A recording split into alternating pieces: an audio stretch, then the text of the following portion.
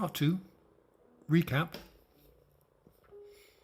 Friend came with me second day to meet my father. They were introduced, got on well together, spent half an hour arguing about things, differences of opinion. I've got a problem with this maximum file size issue, so I'll try and wrap this up a bit faster. Eventually the carer took her away and left us talking together. And for the rest of the hour and a half, my father and myself were talking, him doing most of the talking. He was constantly concerned about how they were getting on. And I could hear them talking. Then they went and sat in the garden. I could hear them talking. And he wanted to say, what are they talking about? What's going on? And I said, oh, they're probably arguing. And then it went quiet for a bit and I thought I heard music. When it went quiet, I said, oh, perhaps they've had an argument and my friend stormed off. I later learned that she was doing healing on the carer, then sound healing and non-sound, distant and non-sound healing. Then the talking carried on. Now we'd agreed we weren't going to stop for lunch. Because of the time for my father, we had to get on. We wanted some time at the Matrix Club together. And also, we knew that the food wouldn't be to our tastes, either of us. But together with the carer, my friend agreed to have some food, which she prepared. Thank you again. My gratitude knows no bounds. So she prepared a simple salad for the two of us. Oh, she's good. She is good.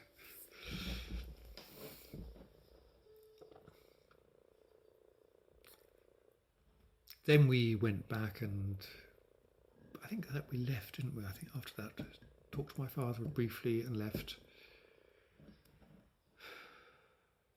So she got on well with the carer, she got on well with my father, and I have asked directly, she would be happy to go back, but I think she would like to meet other members of my family as well. But if she wants to, that's cool with me. It's a very rare instance of me allowing compartments, because compartments in my life are vitally important to my survival. And what I have done here is let them overlap, which is, it does feel to me really dangerous, absolutely terrifying. But the compartments overlapped and I survived this time. Back to the campsite. Now we were going home. I would have liked to have stayed another day, another night and gone back the next day, but she had an appointment to do some healing in the following afternoon. But we had 2 or 3 hours at the campsite before we had to pack up, so we just spent some time in the sun and it was joyous again. Drove back, got back at a reasonable time without her having any tempers, anxieties or repulsions as she normally does.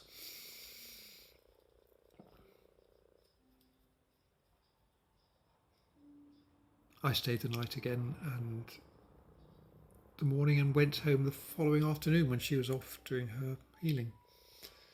So I'll draw a line under that for the moment and just go back to my mother briefly. My father has told me in the recent times we've been talking how awful his mother was. And she hated all of us. And it was obvious, really obvious. She didn't really try to hide it.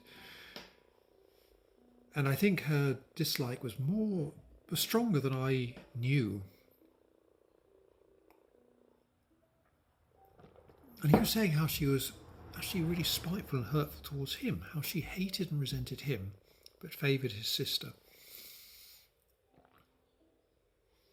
Sister went to a good expensive school, he went to grammar school on a scholarship. But we would go and visit my grandmother, this poisonous mother of his. It felt like every weekend, but it wasn't. It can't have been. And she'd come and stay with us at Christmas and other times, and she was horrible.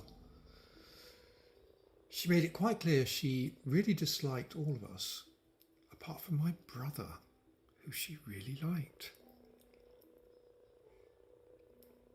And I thought that was just me imagining or picking up on that, but my father confirmed it. He didn't mention my grandmother's opinion of my mother, but I know she didn't like her either. But that's part of the whitewashing of my mother on behalf of my father, I think. Now, my father went on that second day to relate various instances of his mother's toxic behaviour towards him. Toxic, abusive behaviour. Her willful, spiteful hurting. She was apparently told that he was the ugliest child a friend of a friend had ever seen. And she not merely told him, but repeated this again and again. And it became a joke in their family, which initially he didn't mind, but later he found, as he grew up, he found it very hurtful. How she was convinced he had grotesquely sticking out ears. He never has done, as far as I can remember. And she used to stick them back to his head and then made a hat for him to wear at night to keep them flat to his head. And all these various other behaviours which were designed to undermine his confidence.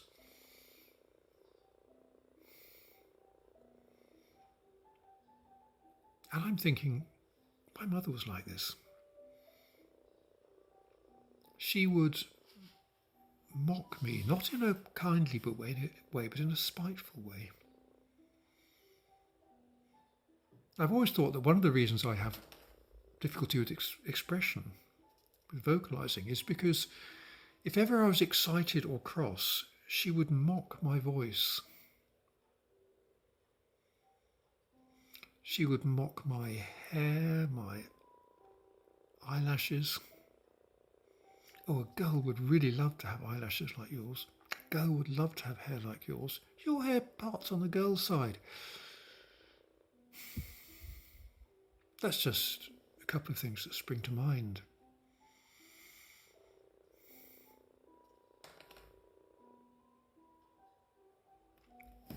But my father related this thing about the spitefulness of his mother.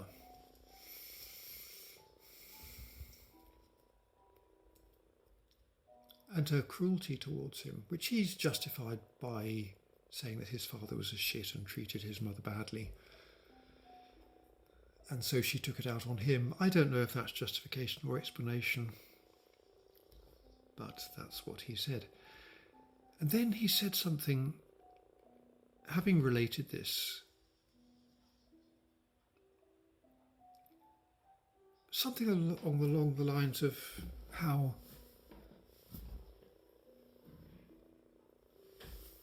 asking if my mother was like that with me.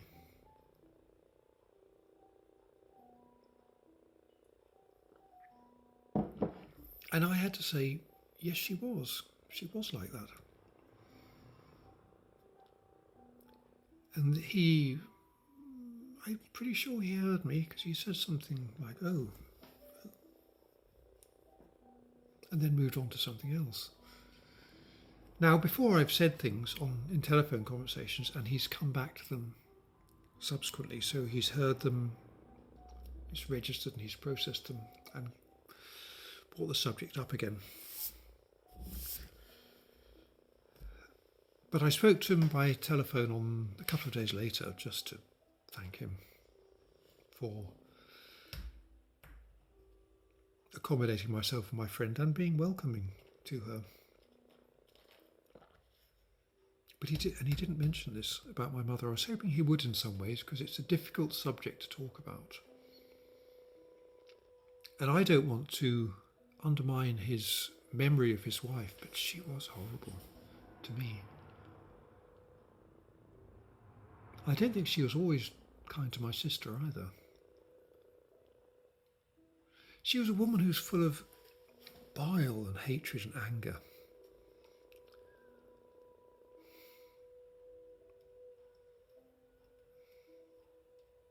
Towards random people. I did relate a couple of examples of this to my friend, but I've forgotten them now already. It's a constant worry of mine that when I share memories, once they're shared, they're gone and they never come back. Whether that's true or not, I don't know, but it certainly feels like that.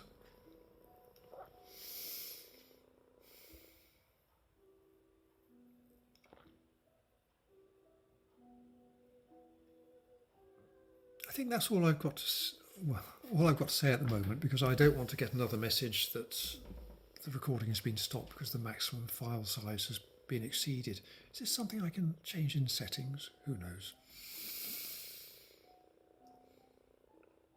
Listening back to the recording of the conversation with my father, I haven't listened to the first day, but the second day I did sound much more hesitant than I think I did on the first one, but I was tired.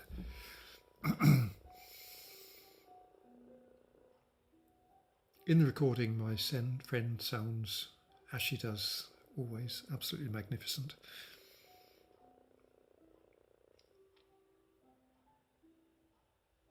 And I know I'm worrying about her driving back from a 3-hour journey in rush hour. But that's beyond my control. Excuse me, I put my phone on to charge.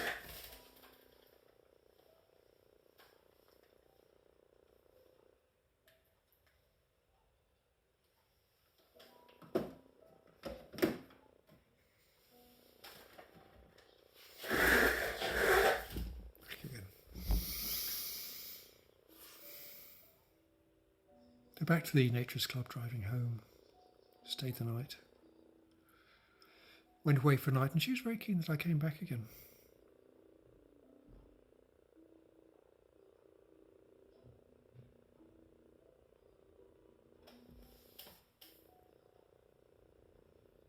I probably ought to get up and pretend to do some work.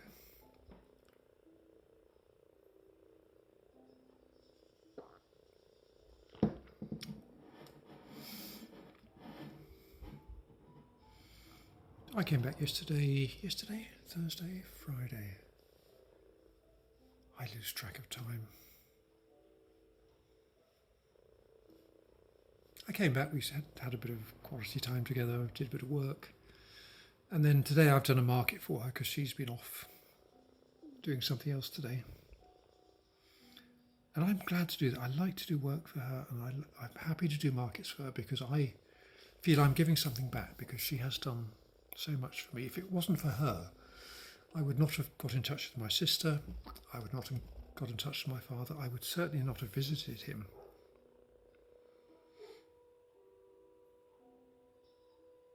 So I do feel I owe her a lot, and I'm very happy with that. Not happy that I owe her, but I'm happy that I can do something, give something back to her. And I wish I could do more.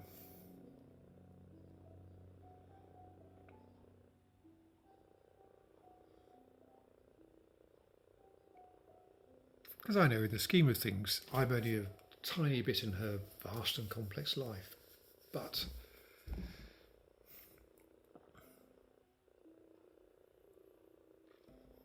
the things she does, the help she gives me, has been so significant, and it's made such a difference to my life.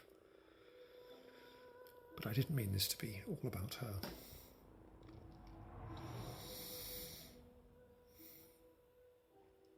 Now, I did the market for her today. I could have brought everything back and then gone home, but she wanted me to stay. She invited me to stay.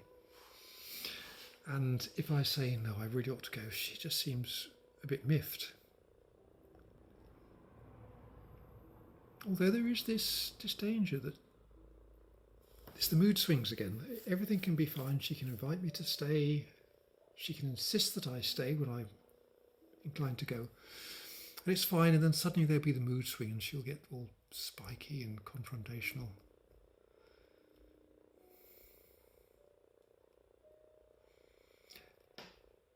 And if she wasn't so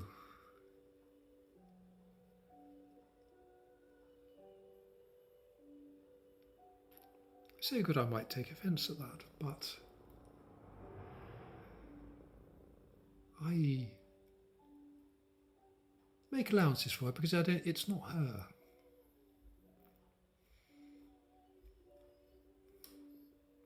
I don't want to get into this now. It's not really relevant.